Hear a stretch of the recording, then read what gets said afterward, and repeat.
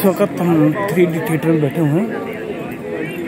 यहाँ पे 180 degree 3D movie चलाई जाएगी, जो कि 10 मिनट का शो है, तो इसको हम एंजॉय करेंगे।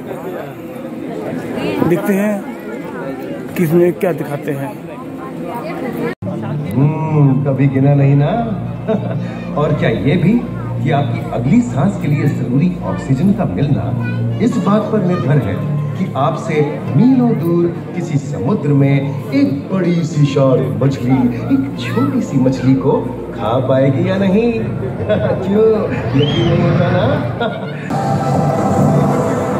ये महासागर है, मीलों दूर तक फैला हमारे जीवन का केंद्र, जिसका पानी हर देश की सीमा से परे है। हमें सांस लेने के लिए जरूरी ऑक्सीजन का 50 से 80% इन्हीं समुद्रों के पानी से आता है।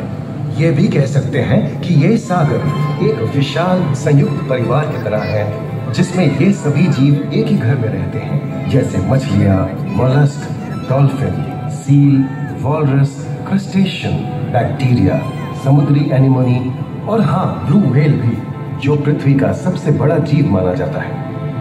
और जंतु ही नहीं, इन समुद्रों में पौधों की भी लाखों प्रजातियां पाई जाती हैं।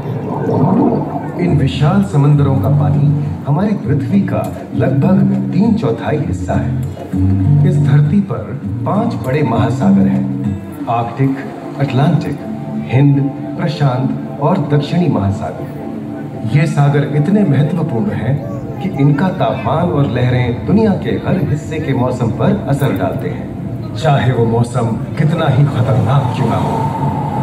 हमारी ही तरह पानी के नीचे पनपता हर जीवन सूरज की रोशनी पर निर्भर है। जी हाँ जनाब, सिर्फ ये जंतु, मछलियाँ, पेड़ पौधे ही नहीं, बल्कि बैक्टीरिया जैसे सूक्ष्म जीव भी सूरज से ऊर्जा पाकर खिलखिला उठते हैं।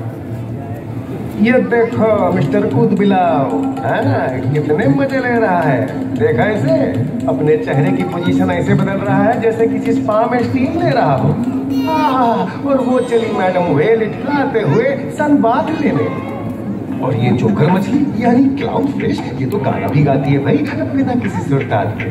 हाँ, ये रात समुद्री जानती है, और कोई खतरा महसूस होने पर ये कभी गुर्राती है और कभी चहकती है। क्लाउन फिश है ना। और ये डॉल्फिन हमारे स्मार्टफोन से भी ज्यादा स्मार्ट है। ये अपनी आवाज का इस्तेमाल सोनार की तरह करके एकदम सही दिशा में तैरती और एक दूसरे को संदेश भेजती है। जी हाँ, ईमेल या व्हाट्सएप से भी तेज। मूंगा चट्टानें यानी कोरल रीफ दुनिया की सबसे विविध इकोसिस्टम्स में से है। इन चट्टानों को अक्सर समुद्र के वर्षावन कहा गया है। आई समुद्र में वर्षा, अजीब बात है ना।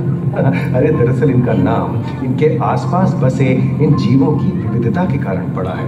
इनमें से कुछ मूंगे गर्म उथले समुद्र में, तो कुछ ठंडी अंधेरी गहराइयों में रहकर हमारे इकोसिस्टम के संतुलन को बनाए रखते हैं। पौधे हमारे इकोसिस्टम का एक बहुत ही महत्वपूर्ण हिस्सा है और पानी में ऑक्सीजन का सबसे बड़ा स्रोत है।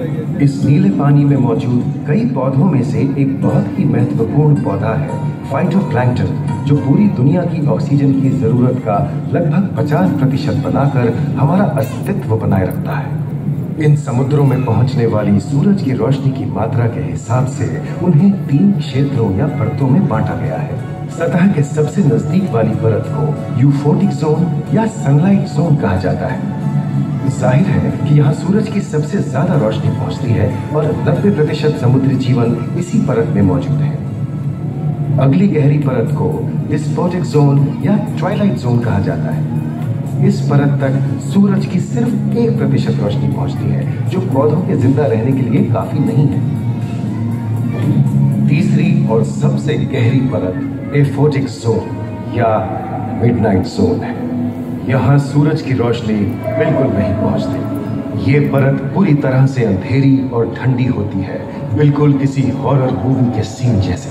ये कई जगह पर इतनी गहरी होती है कि यहाँ आसानी से माउंट एवरेस्ट जैसे ऊंचे पहाड़ भी समा सकते हैं। और इसकी सबसे गहरी जगह है प्रशांत महासागर में मरियाना ट्रेंच।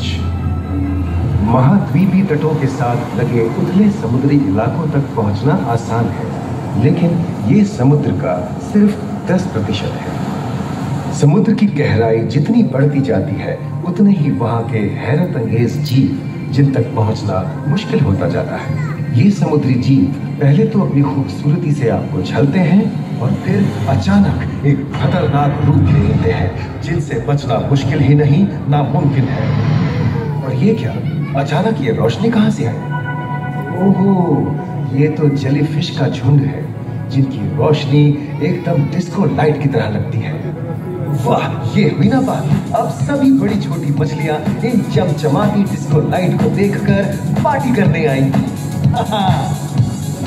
और फिर यही रोशनी उन्हें बेरहमी से दबोचकर उनका शिकार करके अंधेरे में वापस गायब हो जाएगी। लेकिन सभी शिकारियों को छलावे से लुभाना नहीं पड़ता। सबसे घातक शिकारियों में से है शार्क, जैसे ग्रेट व्हाइट और टाइगर शार्क। शार्क आमतौर पर सूरज ढलने के बाद अंधेरे में शिकार पे निकलती है समुद्री जीवों का यमराज बनकर। आज तक शार्क की 500 से ज्यादा प्रजातियों का पता चल चुका है। ये हर तरह के खुले महासागरों में, मूंगे की चट्टानों में, आर्कटिक की बर्फ के नीचे और समुद्र की अंधेरी गहराइयों में पाई जाती है। और ये है समुद्री घोड़ा जो तबड़क तबड़क नहीं, छप छप छप छप करता है, यानी दौड़ता नहीं तैरता है। हमने इन समुद्रों के बारे में बहुत कुछ जाना है, पर अभी भी बहुत कुछ जानना बाकी है। ये सागर गहरे और विशाल, ठंडे और अंधेरे में डूबे होते हैं। इन गहराइयों में पनपने वाली 17,000 से अधिक प्रजातियां मानो किसी कल्पना से कम नहीं। किसी खूबसूरत एंजल की तरह दिखने वाले जीवों के साथ साथ न जाने और क्या क्या देखने को मिले।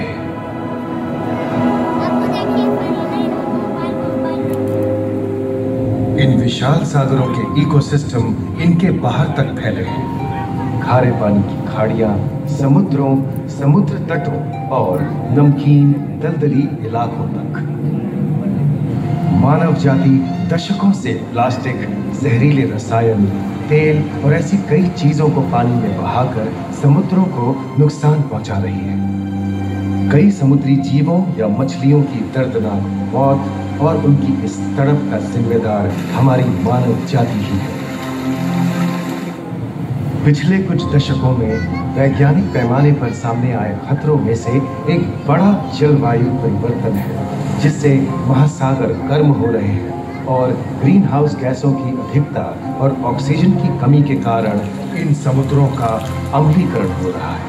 सागरों के इस तरह गर्म होने से पानी का स्तर बढ़ गया है और बर्फ की चादर पिघल रही है। इस विनाशकारी बदलाव के परिणाम स्वरूप समुद्री जीवन खत्म हो रहा है और पूरे इकोसिस्टम के लिए ऐसे खतरनाक हालात हम ही पैदा कर रहे हैं।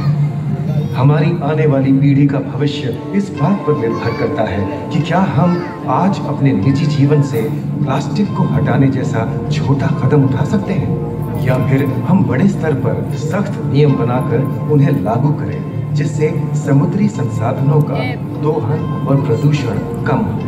याद रखिए, बात हमारे अस्तित्व की है तो बदलाव की शुरुआत भी हमें ही करनी होगी।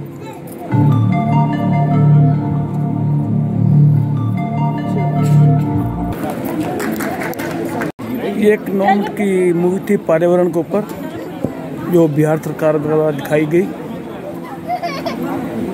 ग्लास एडवेंचर के पास में। आप कहाँ जा रहे हैं?